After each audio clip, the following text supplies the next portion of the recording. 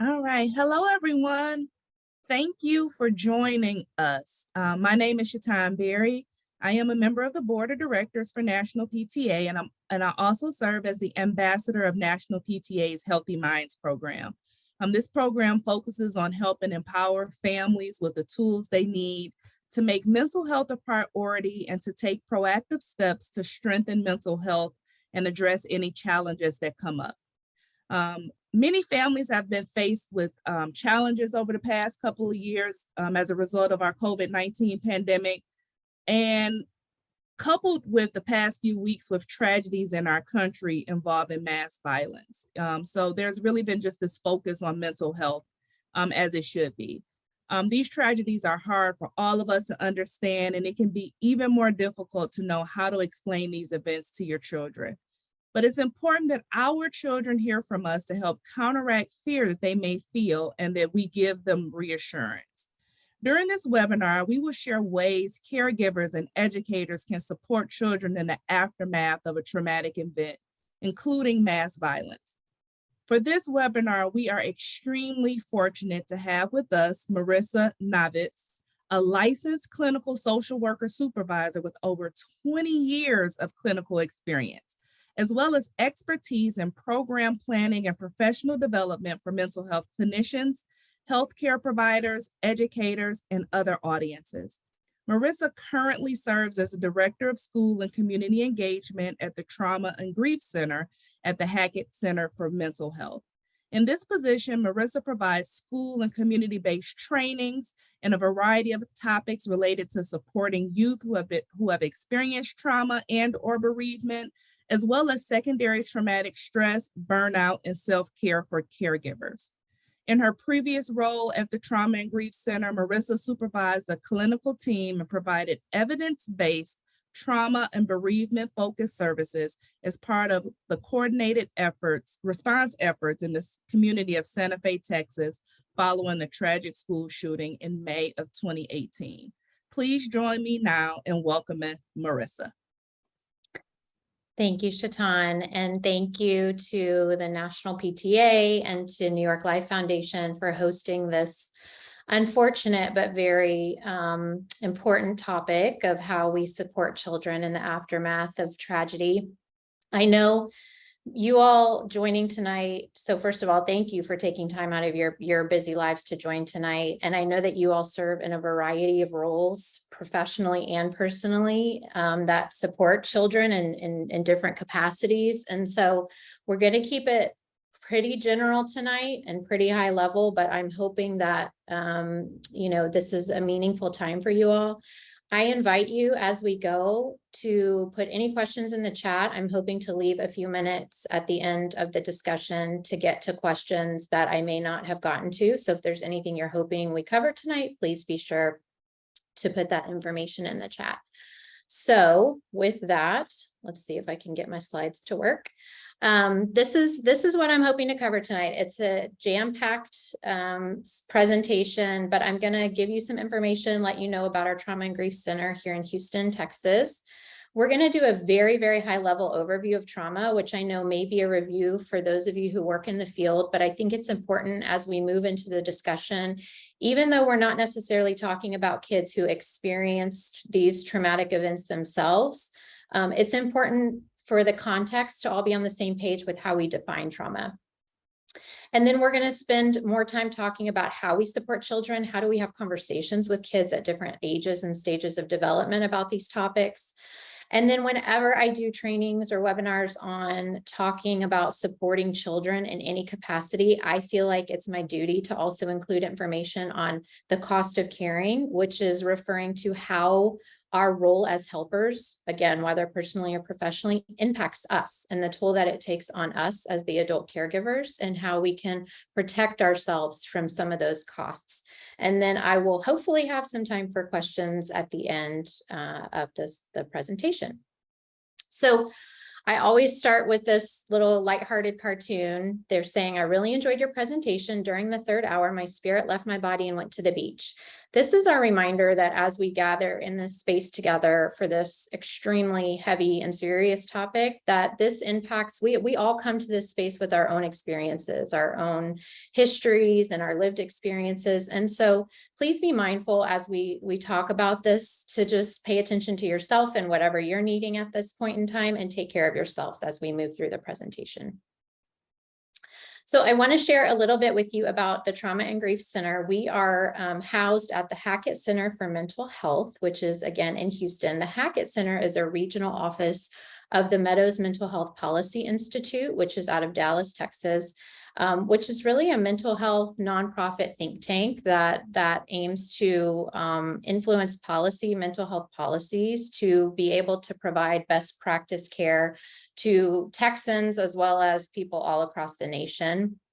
The Trauma and Grief Center, we're directed by Dr. Julie Kaplow, who's a clinical psychologist, and we have 4 main areas of focus. So we have a team who helps develop and create evidence-based interventions for kids who've been through lots of different types of traumas and loss. And for us, when we say loss, we're mainly referring to bereavement. We have a specialty in childhood bereavement.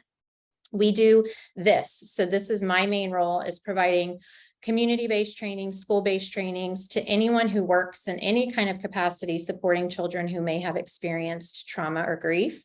And I think most recently, these past few years, our biggest topic request has definitely been on looking at the cost of caring and secondary trauma and how to protect ourselves as we do this work. We have a team who does research on how kids cope with trauma and loss and what that coping looks like over time at different stages of development, what it looks like in different communities and cultures, as well as constantly researching to make sure that our treatments remain effective.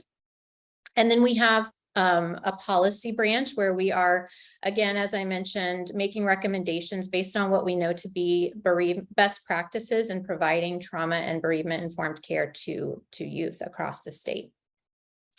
The Hackett Center, where we're housed, is not a direct service provider. So our director, Dr. Kaplow, has also established an affiliated group practice where we do provide clinical services to kids. It's called the Lucide Center for Trauma and Grief. We are fully grant funded. So this allows us to provide free teletherapy to kids all across the state of Texas, as well as within the state of Louisiana. And we provide evidence-based treatments to kids who really need kind of that higher level of care, who've experienced a variety of traumas and or the death of a loved one. We provided services, as Shaitan mentioned, in the Santa Fe, Texas community following the school shooting there. And we are actively involved in the coordinated response efforts in Uvalde as well. I will say on a personal note, I come to this topic not only with professional experience, but I'm a mom. I have 2 young kids. And so this is a topic that hits home for me too. And I want to just kind of acknowledge that as I provide this information wearing my professional hat, I also fully recognize that it is a lot easier said than done. And I know that firsthand, because as a mom, it's a lot harder for me to implement what I know to be good practices in supporting kids with my own children. So just showing a little vulnerability and putting that out there. So again, with that, I want to move into just a high-level overview of trauma. And I think this is important to cover because kids who are, even if they weren't directly impacted by any of the tragedies that we're talking about tonight, kids who have experienced prior traumas are more at risk for being impacted and kind of developing those post-traumatic stress reactions that we're going to talk about. Even just hearing about other traumas, this could activate them to remember their own experiences. And so this is why I think it's important to talk about that. So how do we determine if an experience is traumatic or if it's just really stressful? I think a lot of times, especially these past few years, you know, we oftentimes throw around the term and say, oh my God, I'm so traumatized by that. But how do we really define what is trauma? So trauma is defined as the experience of a real or perceived threat to life or bodily integrity, or the life or bodily integrity of a loved one. And it causes an overwhelming sense of terror, horror, helplessness, and fear. And the key here is that it's a perceived threat. It's the child's own perception of the event. It's very individual and subjective what a person considers to be traumatic or experiences as traumatic. And the other key is that word overwhelming, because when a child goes through an experience, if it's traumatic, then it overwhelms their capacity to cope. So two kids can go through the same traumatic event or the same event, and one might experience it as a trauma. It might overwhelm their capacity to cope, and one might experience it as something just stressful. And there are a lot of factors that go into helping kind of determine which children may experience which events as a trauma or just really stressful. And we know that there are different types of traumas. So there are acute traumas or more one-time traumas, and these lists are certainly not meant to be all-inclusive. But these are some of those events that we hope only happen one time, although, you know, these days some of these happen more often. And then there are chronic traumas, and these are traumas that happen over a long period of time. And traumas also kind of tend to cluster together. And when we talk about post-traumatic stress, and not even necessarily post-traumatic stress disorder, but just post-traumatic stress in general, what we're referring to are the psychological or behavioral responses that can arise in response to the trauma. So again, two kids can go through the same experience, and they're going to have different post-traumatic stress reactions based on a variety of different factors. And the types of reactions that we tend to see following a traumatic event fall into 4 different categories. And these are the 4 categories of post-traumatic stress disorder. So there's hyperarousal and reactivity. This is when kids are feeling very jumpy or on guard. They feel like danger is lurking everywhere. You might say something to them and then they kind of snap out of the blue, or you touch them on the shoulder and then they startle easily. Those are the types of reactions we see in this category. Persistent negative mood.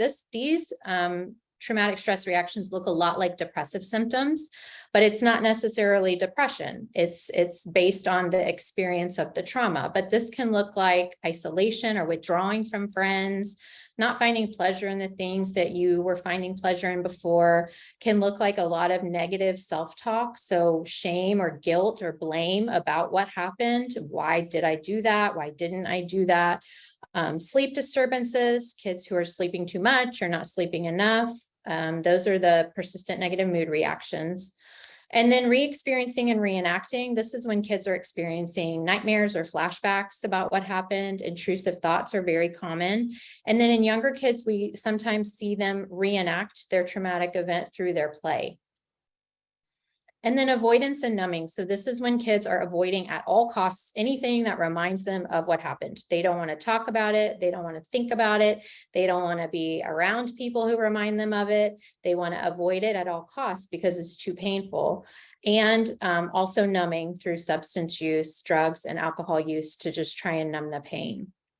And the thing about these different types of reactions is that these are really normal reactions, and we don't like that word normal. That's why it's in quotes. I would say typical reactions to an abnormal event. So we are not born knowing how to cope with trauma. We are certainly born physiologically wired to know how for our brain to respond to a threat with our fight, flight, or freeze response.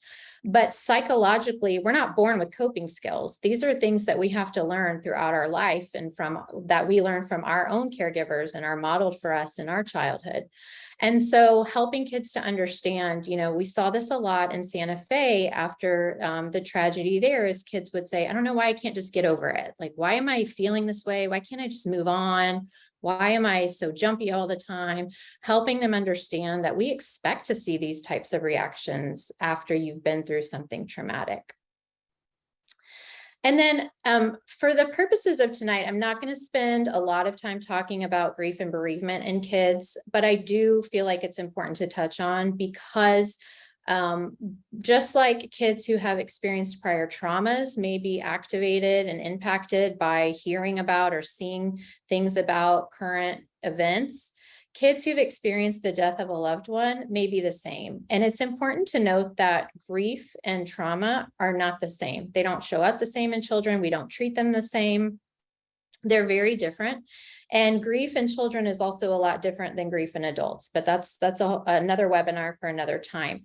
But I do think it's important for us to just be kind of on the same page about our definitions, because a lot of times we use the terms, we hear bereavement and grief, and we use them interchangeably, but they do have different meanings. So bereavement is the experience of deprivation or loss by death, whereas grief, the psychological or behavioral response that arises from bereavement. So if I go back to my example of two kids who they could experience the same death of the same person, that's the same bereavement experience. They're going to have different grief reactions based on a variety of different factors. So if you think about post-traumatic stress reactions are a response to a trauma, just as grief is the response to bereavement. Okay, so what happens when it's not trauma? There might be many of you who are helping to support kids who aren't necessarily traumatized by what's happening, but we still need to know how to be able to talk to them and support them and what things to look out for. So anxiety may be really common in kids when they hear about the things that are happening in our world. And these are just a few of the ways that this can show up. This list is not meant to be exhaustive, but this can look like separation anxiety. So, clinginess, not wanting to be separated from their caregiver, fear with going to school and not feeling safe at school, regression. So depending on their age and their stage of development, they may have kind of re-picked up old habits. Sometimes we see kids starting to wet the bed again after they have been potty trained for some time, or return to thumb sucking, or, want to go get a lovey that was put in the closet last year. These are the types of behaviors that we tend to see in an effort for that self-soothing and comfort. And then tantrums and outbursts that don't have any other explanations. And I say that because I have young children who have tantrums and outbursts all the time. But a lot of times when they're coming from, when they've increased, or you don't really know where they're coming from, this can be that anxiety over what they're trying to worry about. And these behaviors, a lot of times, most of the time, are reflective of the child's inability to verbalize their feelings. So it may be that they aren't verbal yet and don't have the language to say their feelings, or it might be they just don't have the knowledge to be able to label and identify what that feeling is inside their body. So they act it out in a behavior. And it's really important for caregivers to keep the lines of communication open and to model healthy coping. And that's what I'm going to kind of move into next, is how do we do that? How do we model and support children and keep those lines of communication open? So I want to just spend a little bit of time thinking about, we've gotten a lot of questions, and I know even myself, there have been a lot of questions this past week or two in particular of how do I even talk to my kid about this? Do I talk to my kid about this? And I think oftentimes, as very well-intentioned adults and caregivers, it's often our first thought to say, well, they're not talking to me about it and they're not asking me questions, so I'm not going to bring it up because I don't want to cause them more anxiety or stress than I need to. And what we know about that is that it actually does the opposite. And it actually sends the message that whatever it is that's going on is too scary to talk about. And kids take their cues from adults. So if the adults in their lives aren't bringing it up and talking about it, then the kids certainly aren't going to come and bring it up and talk about it, because they're getting the message that it's too scary to bring up. So most of the time, after a certain age, we really recommend, for caregivers and parents to be the ones to initiate these conversations so that the kids hear it from them first, from you first, and that sense of trust is established from the beginning. So before beginning any kind of conversation about this, what should you be doing?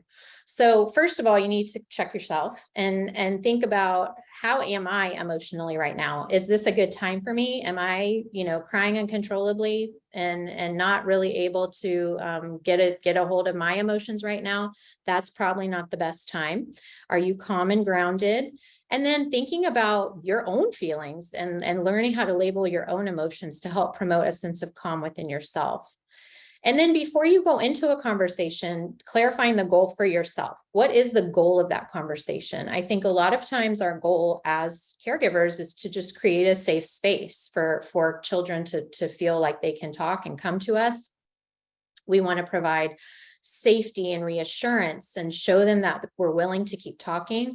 And it's really important that we don't force discussions. And I'm gonna go into kind of how to have these conversations at different ages. But you'll see, especially with younger kids, that a lot of times you'll have this really serious and intense conversation. They'll say, "Can I go play now?" And that's completely typical and behaviorally or developmentally appropriate. And so we never want to force the discussion. And then when it's time to have the conversation, I always recommend, I used to work with in oncology with parents who were having to tell their children about the parents' cancer diagnosis. And I would hear all the time, I don't even know where to start. How do I even start that conversation? I think no matter the topic, when it's a hard conversation and you don't know where to start, where you start is always with finding out what the child already knows. Asking the child, what do you think is going on lately? Or what have you heard? Have you heard anything about such and such event? And really getting a sense of what they already know will help you to guide the rest of the conversation. It'll help you to know if you need to clarify any misinformation that they might have. They might know more than you already thought, and so you don't have to kind of share as much, or they might not know anything at all, and that'll kind of give you direction on where to go with the conversation.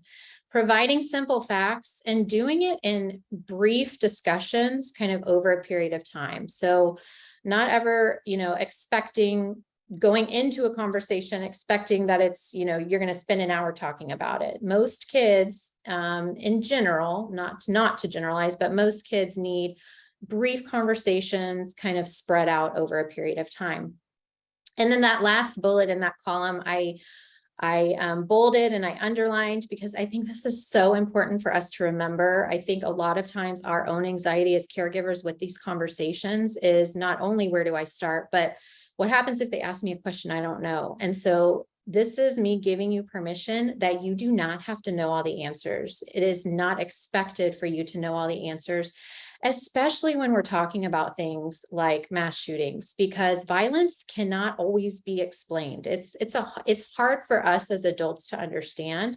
So we don't have to know all the answers. It's okay for us to say to kids who we're working with or supporting, I don't know the answer to that question. I wish I did. Or if it's something you can find the answer to, saying, I don't know the answer to that right now, but I'm going to find out and I'm going to get back to you with that. So just giving yourself that permission that you don't have to know all the answers.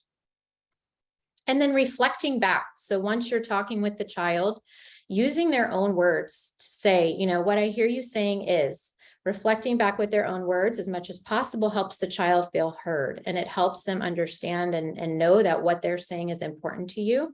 And then using open-ended questions about how they're feeling and what they're understanding. So how is this conversation? How does this make you feel? What are you feeling in your body right now? What do you understand about what I just told you? Those types of questions. And then helping the child to label emotions. If this is, some children are already really skilled at doing that themselves, but if they're not able to and they're struggling, they don't know how they're feeling or what to name the feeling, helping them learn those labels for their emotions really helps support their emotional awareness and being able to regulate their emotions. And then validating and normalizing. So letting kids know that however they feel is okay. And that a lot of people and a lot of kids in the same situation feel that way too. And it makes a lot of sense that you're feeling this way. This helps them learn to trust their own perspectives and feelings. And one of the questions I think that also comes up with these discussions is, what if I do cry? And, I think that that's really important. I always think that so what we don't want is, we don't want the adult having the conversation to be so dysregulated with their feelings that then the child is working to soothe them and take care of the adult. but modeling that, this is a really sad thing that we're talking about, and it makes me sad. And then from there, let me show you and model how I'm going to help myself cope with that sadness and what I'm going to do to feel better. So maybe after we have this conversation, let's go watch a funny movie, or let's go get some ice cream. Let's do some deep breathing, whatever it is that you do to cope with your own emotions, modeling that behavior for the kids. So kind of breaking it down a little more into the different ages. So for kids in the early childhood stage, younger than 5, we really recommend, when possible, shielding them from this kind of information. A lot of times that's not possible because they have older siblings and it's being talked about. But when it's not possible, keeping language very, very simple. So, saying that a person went and hurt other people and it's something that we're really sad about. And then shifting the conversation to focus on the helpers, but these people came and they provided help, and the doctors are working to help protect and heal the people who were hurt, those types of things. But when possible, trying to protect kids these age from these types of events. For school-aged kids, ages 6 to 11, and I recognize this is quite a range. So what you talk about and the way you talk about it with a 6-year-old is going to look different than how you talk with an 11-year-old. But in general, we recommend really, you as the caregiver, if it's your family, if it's your child, you really have to decide what you're comfortable sharing and how to explain it so that it fits within your family value systems, especially a lot of these tragic events that have been happening lately. And then deciding what's necessary to share and doing so in an honest, age-appropriate way. Just an example of a general way to explain it. This is actually similar to how I explained it to my 7-year-old. I didn't go into great detail about what happened because for me, that wasn't something that she needed to know at that point in time. But I explained that a person who was sick in their mind went into a school and hurt people, and it made me very sad. And we talked about it from there. We want to correct gently any misinformation. And then this is a really important step at really all ages, providing concrete examples, if we're talking about school shootings in particular, about what's done to keep schools safe. So reiterating that schools are safe places, that there are a lot of steps that get taken by the grownups and the adults in the school to partner together, to work with local law enforcement and hospitals to help keep kids safe. And then providing concrete examples of how the school is safe. So, the doors are locked and the teachers wear badges and the parents have to show their ID and get a sticker to get in, whatever that looks like in your environment, providing concrete examples of what's being done to keep kids safe. And then acknowledging your own feelings, as I mentioned, and modeling healthy coping. And keeping the lines of communication open. So, especially in these brief conversations, if that's how it's happening, or even the longer conversations, if you have a child who wants to talk about it for a long period of time, just making sure they understand that the conversation doesn't stop there, that you are always there as a safe and trusted adult to go to. And another kind of helpful tip, I think, is helping them identify other safe and trusted adults that they can talk to. So when you do go to school, if you're feeling scared or you're feeling sad, talk to your teacher about it, go to the nurse, kind of come up with a plan as a family as to what's realistic for you and for that child. Letting the school know, if your child especially is having some significant fear or anxiety about being at school, sharing that with the school as well, and kind of coming up with a plan to help while the child is at school. And then with adolescents, so I think it's safe to assume for most teenagers that they have heard about the information, whether from you or whether from other sources.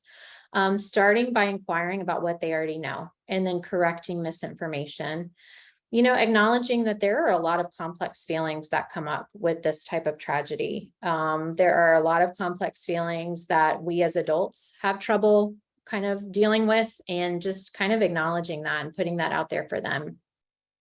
Encourage practicing healthy habits, healthy coping strategies, and connection with others.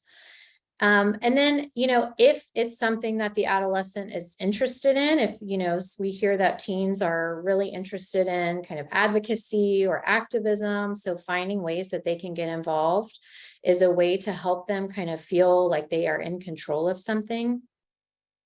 And then also empowering them that, we all have a role in school safety or safety wherever we are. And that includes reporting suspicious activity and helping kids to understand the difference between reporting and tattling, and helping them to identify a safe person or someone they can go to if they're concerned about something, if, to see something, say something, helping them kind of feel empowered to take action when they have a feeling that something is wrong. And I want to just kind of share with you just a couple of strategies that I feel like you don't have to be a therapist or a clinician to be able to implement with kids. The first one is deep breathing. And I'm not going to walk you through a breathing exercise per se, but I do want to just kind of take a minute and have you humor me, if you will. And I can't see you, so I won't know if you're actually doing this or not. But I want you to take a minute and put one hand on your belly and one hand on your chest and just breathe normally for a couple seconds. And now I want you to pay attention to which hand is rising as you breathe. Is it your chest hand or your belly hand? And if you're like me, it's most of the time my chest hand, which is my stress breath. So this means I am not breathing in the way that I need to be breathing to calm my body. So when helping kids, the main thing to remember, and helping ourselves as well, is that we want to be getting our breath all the way down to the belly so that our belly hand is rising. And we want to be doing that slowly, breathing in and holding for a few seconds and then breathing out. I think sometimes the kids, I see them, my kids do this. They like take a really slow, deep breath in and they just blow it out really quick. And the exhale is just as important to do slowly as the inhale. So helping kids be able to calm themselves and ground themselves through deep breathing. There are other what we call grounding techniques that can be used when you're feeling really dysregulated or your child is feeling really dysregulated and just their emotions are kind of out of control and you want to help bring them back to now. Things as easy as, can you count the walls in this room for me? And having them count the walls. Or pick a color and then notice 3 things in the room that are that same color. Anything involving the senses will help kind of bring kids back to now and to being centered. And then helpful thoughts. And this is kind of a more cognitive technique. So if a child is having particularly unhelpful thoughts, like let's say they just can't stop thinking that school is a dangerous place to go, one of the ways that we can help them is by asking them to try and replace that hurtful thought or that unhelpful thought with a more helpful thought. So instead of thinking, school is scary, I can't go there, what's a more realistic, helpful thought that you could have? Maybe it's school. There are a lot of adults at school who are helping to keep me safe. And then every time they have that unhelpful thought, trying to be intentional about replacing it with a helpful thought will kind of help retrain their brain to do that automatically. Okay, I lost my mouse. And then ultimately, when having these conversations, remembering the 6 S's. And so these are our 6 S's. There's more than 6, but 6 categories of S's: safety and security, simple and straightforward, supervised, structure, social support, and self-care. And what we mean in each of these categories, so with safety and security, discussing the steps that are in place to ensure the kids' safety and reminding them of things within their control. And I think this is really important to remember. There are so many things out of all of our control right now with the world and with what's happening with the pandemic the past few years. When we feel out of control, reminding ourselves of the things that are within our control. So we can't control, a lot of the things that are happening around us. We can't control how other people react and how other people behave and the choices that other people make. We can control our reactions and our choices and the things that we are in charge of for ourselves, and really kind of keeping the focus on that. Using kid-friendly language when you're having these conversations and allowing the child to guide the conversation. Monitoring exposure to media and TV. And I can't stress this one enough, not only for kids, but for us as well. I had to do this for myself the other day. I had to like completely shut down one of my social media sites because I kept seeing stories that were making me feel more and more anxious. And I wasn't feeling good after I would get off of that site. So I just decided, you know what, this is something within my control. So this is something I'm gonna stop. Maintaining routines as much as possible. So having predictability and routine helps reduce stress for kids, and encouraging social support. That social support, that connection is so important. And then taking care of yourself. And I'm gonna elaborate on this in just a minute. And then a question we hear all the time is, how do I know when my child needs more support? How do I know if they need counseling? How do I know? So these are some of the ways that you would know. So if they are kind of just not functioning in any part of their life, if they are, and this is over a period of time. So this isn't just they had 3 bad days at school or they got bad grades this 6 weeks, but this would be like they're having significant issues in some part of their life, extreme signs of depression, of course, any gesture related to self-harm or mention of suicide or homicidal thoughts, any signs of possible PTSD. So those post-traumatic stress reactions that I described earlier, if they're interfering with their life. Most importantly, I always say, when in doubt, seek out. And if you are in a position to make referrals for kids, if you're working in a school and you need to know, how do I know when to refer them, for additional services? When in doubt, refer out. If there's even a question of whether your child needs additional support, just seek it out. It's never going to hurt to seek out additional support. And I think, it is important to remember that ultimately kids are really resilient. And I can't stress this first bullet point enough, is that, so often we just want to help kids. We want to fix it. We want them to feel better. We want to know the right thing to say at the right time and exactly what we should be doing to help them. And ultimately, it's about the relationships that kids have with trusted, reliable adults. And just knowing that adults are available for them as a safe space I can't stress enough how powerful that alone is. So just your presence and your support of the children in your lives is in itself huge. So I just wanted to make sure to make that point. So, okay, with that, I want to move into looking at the cost of caring. And this is a term that was coined by Charles Figley, really to refer to those of us who are kind of doing this work professionally, the toll that this work takes on us. And I say this work when I mean any kind of helping professional. But I think that this also applies even to those of you supporting children in your personal lives and not even necessarily professionally. It takes a toll on us. And what also takes a toll on us is just hearing about all of the, devastation going on around us, and it has an impact on us. And it's important for us to be aware of this and to think about it when we're talking about supporting children, because we have to keep ourselves well and healthy in order to be able to properly care for children. So when we talk about the cost of caring, there are several different terms, and a lot of times they get used interchangeably. They do have some subtly different meanings, but ultimately, the 3 terms, secondary trauma, vicarious trauma, and compassion fatigue, really refer to supporting traumatized and grieving people, adults and kids, in our work. And we experience these impacts from the stories that we hear, from the things that we see, throughout our work. Burnout is a little bit different. There's professional burnout and there's personal burnout. Burnout is really more related to the demands of your job. So not necessarily the work that you're doing or the type of work that you're doing, but the demands. So, having to do more with fewer resources, working really long hours, never getting time off, not having supportive colleagues. Those are the types of things that can lead to professional burnout. Whereas the other 3 are related to the type of work that we're doing.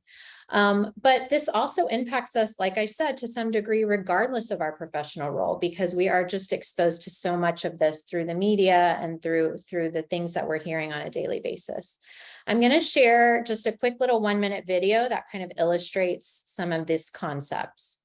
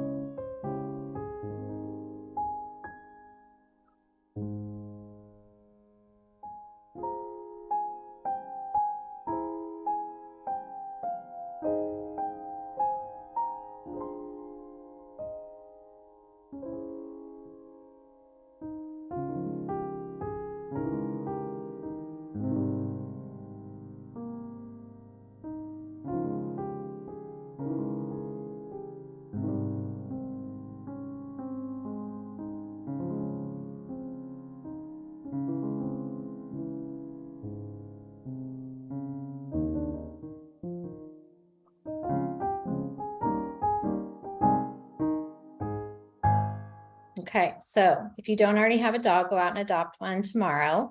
But really, how many people could relate to that? Just that feeling of taking on everyone else's stuff, and it just weighs you down and weighs you down. And then what are we doing to process that stuff? And if we don't find a way to process that stuff, then it can have impacts on our health, on our physical health and our mental health. So how do you know if you're being impacted by, your caretaking role, your helper role? These are just some of the signs that we are being impacted by our work or our role as a caregiver. And again, this is because of the stories and the things that we're hearing and seeing of other people's traumas, not necessarily our own. And so this is kind of all of the bad news about being a helper, but there is good news too. And there are benefits that come from, being a helper, being in a caregiver role. And I'm just listing two, but there are certainly other benefits that I'm not going to discuss tonight. But one is called compassion satisfaction. And this is when we get pleasure from helping other people. The next one is called vicarious resilience. This is when we experience positive transformation by seeing other people overcome adversity. And this was something that I experienced firsthand working with the community of Santa Fe, seeing the kids there overcome all of their adversities and seeing their resilience really had a profound positive impact on me. And the way that we make sure that we're kind of reaping the benefits of this role and this work is by routinely caring for ourselves. And full disclosure is that I actually really don't like the word self-care. And if you've seen me present before, I really I go to great lengths not to say the word self-care because I think it's a buzzword. I think it's overused. We all know it. We know we need it, but we don't have time for it. However, I do like this definition by the National Child Traumatic Stress Network because they define self-care as being able to engage in helping others without sacrificing important parts of our life. So this is being able to take care of others, to help other people. It's not about what else can you throw in to help take care of yourself. What new routine do you need to come up with? What, new exercise routine do you need to start following? Those things are important, but it's more about figuring out the ways in which you personally can engage in helping others without sacrificing the meaningful things in your life. And when I talk about, and I call it lots of different things, self-kindness, self-compassion, when I talk about taking care of ourselves, I want us to think about not just what we're doing after work or on the weekends or, during a vacation or a break. Those things are important too, but it's really thinking about what are you doing as part of your daily routine throughout your day to take care of yourself. And self-awareness in this area is key. And I think, some people have more self-awareness than others, but there are a lot of freely downloadable tools. I'm just showing you two that are available to help you if you're the type of person who's like, I don't really know where I am with my, burnout and my compassion fatigue. The professional quality of life is a great tool that helps measure your levels of compassion satisfaction, burnout, secondary trauma. This is a tool, depending on your role. If you're in a leadership role, I always recommend to leaders, bring this into your workspace, bring these tools into your teams. And once a quarter, create a time at a staff meeting, carve out 30 minutes where you give these tools to your staff to be able to take them and really create that culture of caring, of employee wellness, by not just handing them a copy and saying, go fill this out when you have some time, but really showing them, I think this is so important that I'm going to make time for you to be able to do this. And if you're not in the professional environment, just taking these yourself, just to get a sense of where you're at. The NAMI one is the self-care inventory. There are probably thousands of versions of a self-care inventory. You could just Google self-care inventory and many, many different types will pop up. You can pick which one you like. I like the NAMI one just because it's brief. This breaks kind of self-care down into different categories and lets you get a sense of where you're at. So maybe I'm doing a great job taking care of myself emotionally, not so great at taking care of myself physically or not spiritually. And I'm going to talk about these different categories in just a minute too. Let me get my mouse back. Okay. I want to just share with you something that I found very helpful. If you are not already familiar with this is a book that I was introduced to about a year and a half, 2 years ago. I've been doing this work for a very long time. I've been having these conversations with professionals and caregivers for a very long time about, the importance of taking care of ourselves. So I'm certainly will never call myself an expert by any stretch of the imagination, but I'm aware, right? And I know what I need to do. When I was introduced to this book, I found it life-changing for me. And so I'm going to give you some of the cliff notes or the high points that I found really helpful, because I think they can apply to everyone, regardless of your profession or your personal circumstances. I think these are kind of easily applied strategies to help be able to tend to yourself and to learn how to kind of self-regulate our own emotions. So this is a book written by two sisters, Emily and Amelia Nagoski. And what this book says, what the sisters say, is that stress in our lives is not the problem. It's how we deal with that stress that can be the problem. And this was my aha moment when I listened to it on audio because I'm not a reader, full disclosure. But when I heard them say this point here, it was my wake up call, because what the sisters propose is that the key to feeling balanced is not to eliminate stressors from our lives, but to complete the cycle of stress that happens in our bodies when we're faced with a stressor. So they use the example, if you're running through the woods, being chased by a bear, you find a house, you go inside the house and you shut the door. The bear passes you by. So the stressor is gone. But what is happening inside of your body? You are still in high alert. You're still in your fight, flight, or freeze response. And then what do? And if you don't do anything to actually kind of metabolize and process that stress cycle out of your body, that can ultimately long-term lead to negative impacts on our mental health and physical health.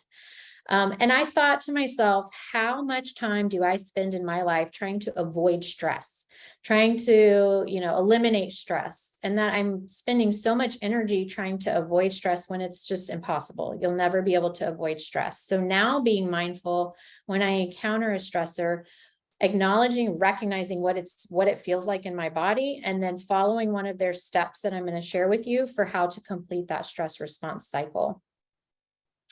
And then the sisters also say that wellness is not a state of being. So it's not this kind of attainable goal that we're trying to achieve wellness. It's really a state of action. It's more like a rhythm. It's about being able to move through stress, complete the stress cycle, back to calm, then be ready to face the next stressor. That is really what wellness entails. And they propose 7 evidence-based strategies for how we can complete the cycle. And we're supposed to do not all 7 of these every day, but kind of picking and choosing what works for you and trying to do at least 1 of these every day, because we're faced with stress every single day. So how do we complete the stress cycle? So one way is to move. So this can be physical activity. I mean, exercise. It doesn't have to be exercise. Of course, that's important. But aiming for 20 minutes of movement a day, whether that's a walk or stretching, dancing, whatever it is, just really striving to maintain some movement every day. Breathing. So again, not our stress chest breath, but focusing on our deep breathing. There are many, many apps that are helpful with this. For me, this is something that I've struggled with. I'm really trying to get into deep breathing. And at some point on my watch, when it would remind me to breathe, I shut that off because it just irritated me. So that's not one that worked for me for a while, but I'm starting to kind of pay more attention to it and be more mindful of my breathing, and finding that it's more helpful and relaxing my body and my mind. And then positive social interaction. This is another way we can complete the cycle. This can be something as simple as commenting to a stranger that you like their earrings. Or, I try and do this. I really try and do this intentionally. I don't know how many of you have been to Houston or live in Houston, but I am born and raised in Houston, and we are born to be aggressive drivers. So I am intentional about trying to have positive social interaction on the road. And when I would normally kind of get irritated with someone who's trying to cut in front of me, now, not every day, but now I try and be mindful and say, okay, I'm going to slow down and wave them in with a smile.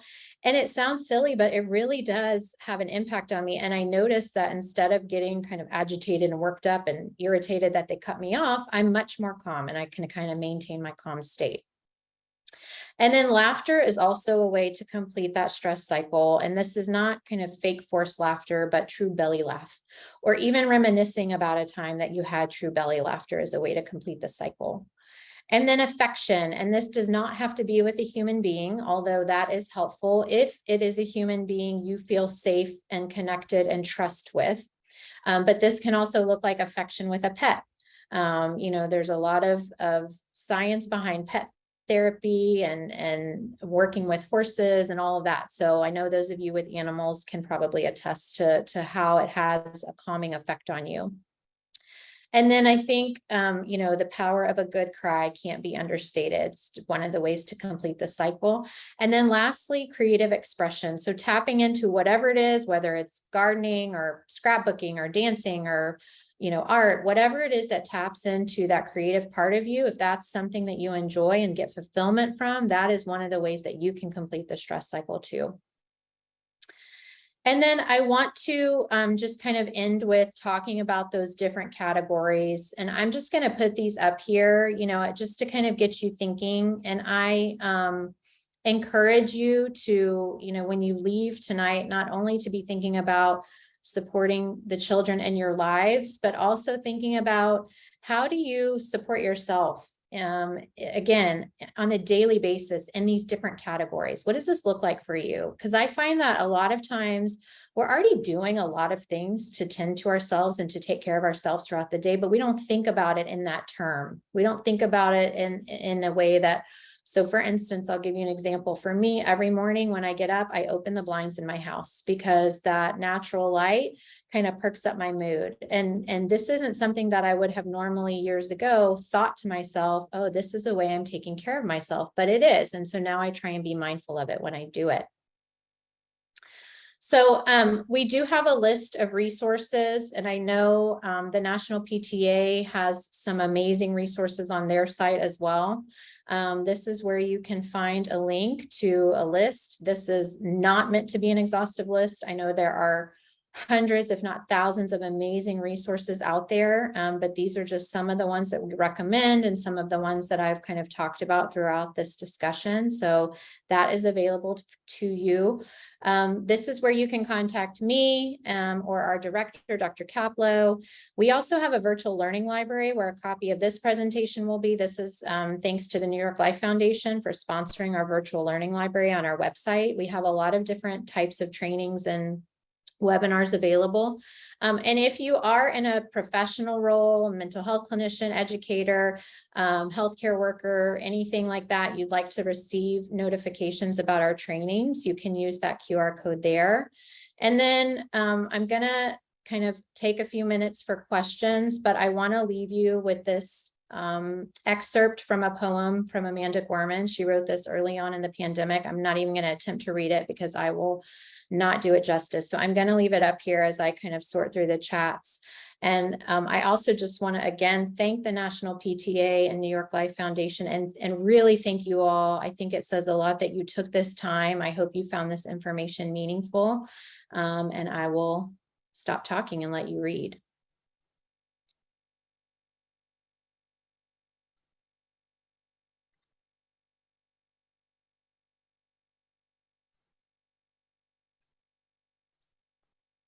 And Shaitan, I'm going to turn it. I'm going to see, I'm sorting through the questions. Shaitan put a lot of amazing resources in the chat too.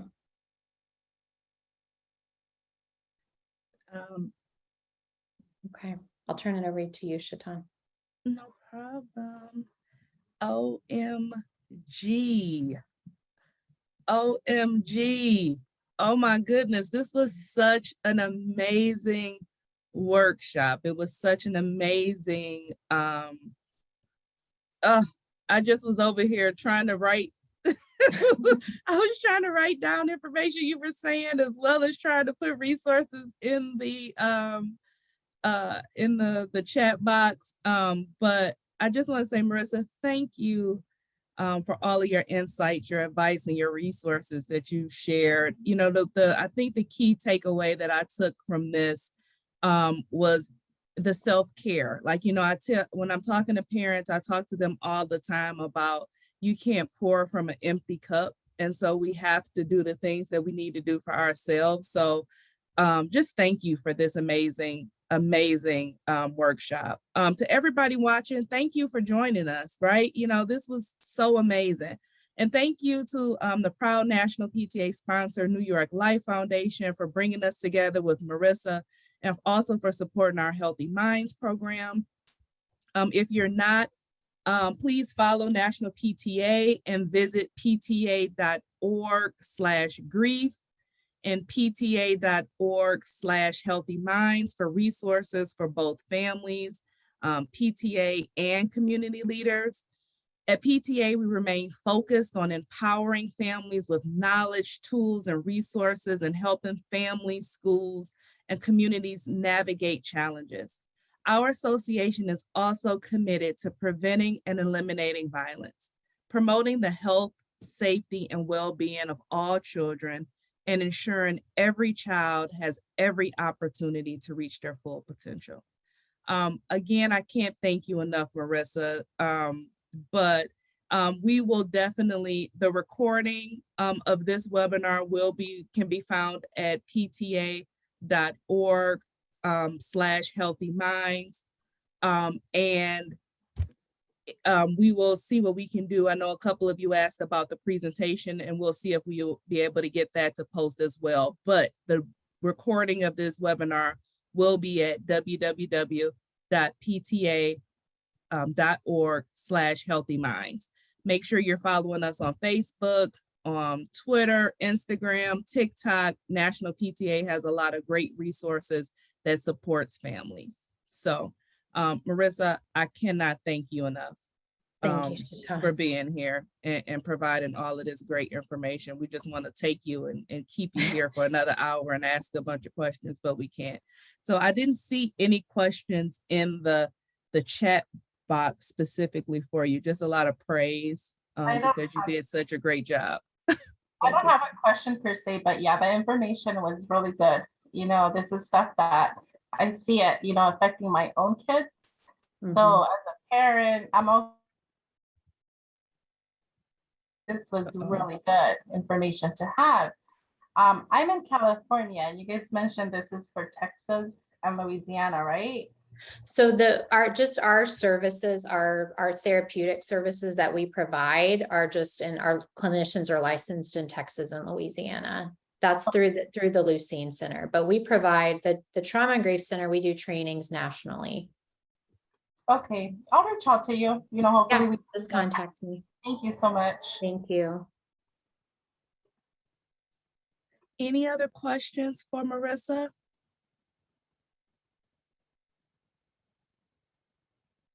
All right, thank you, everybody. This was such a great webinar. Thank you for being here. And hopefully you will share that recording and information and those links. Please go to pta.org/healthy minds to get additional resources. I'm looking at Lillian's question and I'm thinking, when you find out the answer to that, please let me know. There are some resources on the Healthy Minds page that talks about dealing with siblings, but yeah, if you figure that out, we're going to license and sell it all over the world. You're a millionaire at that point. Thank you so much.